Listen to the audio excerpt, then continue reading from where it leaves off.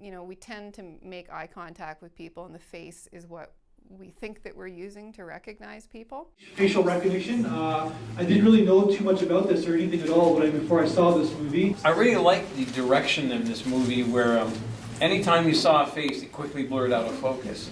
And much of the film where you were looking at crowds of people, you were looking at them from like chest down.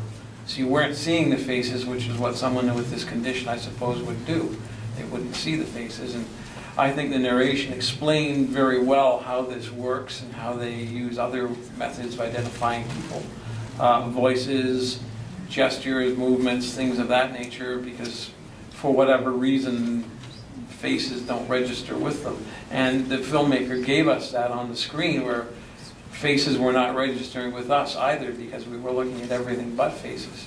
So very, very nicely directed in that way to support the point. And if you over-explain it, it sounds artificial, or it sounds like you're trying to make, some cool story about yourself that's... Kind of a quick 4-minute film. Prosopagnosia. Yeah, what did you think of the film?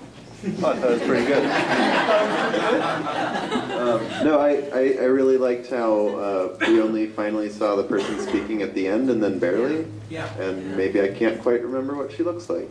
It's cool about it's like there's so many different senses about how we recognize people, and about, I can't imagine picking up the wrong kid. That's and being the parents who got their kid picked up wrong. That's just kind of crazy, but you feel for her in the end. She kind of gives this crazy story, and then at the end you're like, my God, it must be really difficult to go through that life. What was that gentleman there? I was kind of wondering because they showed that person at the beginning, was that the grown-up version of the kid she accidentally picked up? Did they track him down? I don't know.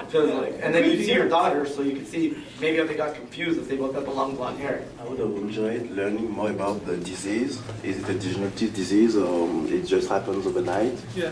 We didn't hear much of a story behind the disease, so that's what was a bit missing for me.